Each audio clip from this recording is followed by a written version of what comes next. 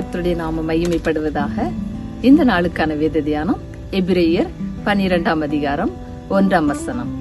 ஆகையால் மேகம் போன்ற இத்தனை திரளான சாட்சிகள் நம்மை சூழ்ந்து கொண்டிருக்க, பாரமான யாவற்றையும் நம்மை சுற்றி நெருங்கி இருக்கிற பாவத்தையும் தள்ளிவிட்டு விசுவாசத்தை துவக்கிறவரும் முடிக்கிறவரும் ஆகிய இயேசுவை நோக்கி நமக்கு நியமித்திருக்கிற ஓட்டத்தில் பொறுமையோட ஓடக்கடவோம். இந்த வசனத்துல நம்ம என்ன பார்க்கிறோம் என்றால், நமக்கு நியமித்திருக்க ஓட்டம் என்று சொல்லப்பட்டிருக்கிறது. ஒவ்வொரு தெய்வ பிள்ளைகளுக்கும் தேவன் ஒரு ஓட்டத்தை நியமித்திருக்கிறார். என்ன ஓட்டம் என்றால், பரம அழைப்பின் பந்தய பொருளை பெற்றுக்கொள்ளத்தக்கதான அந்த ஓட்டம். அந்த ஓட்டத்துல நம்ம பொறுமையோட ஓட வேண்டுமாம். அதற்கு 2 காரியங்கள் தடையாக இருக்கிறது. ஒன்று நம்மை சுற்றிலும் பாரமான காரியங்கள் இருக்கிறது, அவைகளை நம்மை தள்ளிவிட வேண்டும்.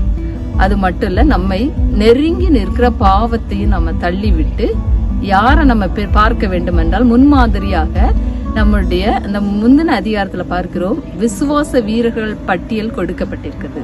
அவர்கள் எப்படியாக ஜெயித்தார்கள், விசுவாசத்தினாலே ராஜ்யங்களை ஜெயித்தார்கள், பலவீனத்திலே பலன் கொண்டார்கள், சிங்கங்களின் வாயை கட்டினார்கள். இதையெல்லாம் நம்ம பார்க்கிறோம்.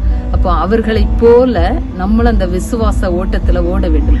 கிறிஸ்துவை நோக்கி அவர் நமக்கு நியமித்திருக்கிற அந்த பாதையில எந்த காரியத்தையும் பார்க்க கூடாது. உலகத்துல சுற்றில இருக்கிற பாரமான காரியங்கள், பாவங்கள், இதையெல்லாம் நம்ம உதறி தள்ளிவிட்டு தேவனை நோக்கி நம்ம ஓடும்போது நம்முடைய வாழ்க்கையில நம்ம தேவன் நியமித்திருக்கிற அந்த பந்தய பொருளை நம்ம பெற்றுக்கொள்ள முடியும்.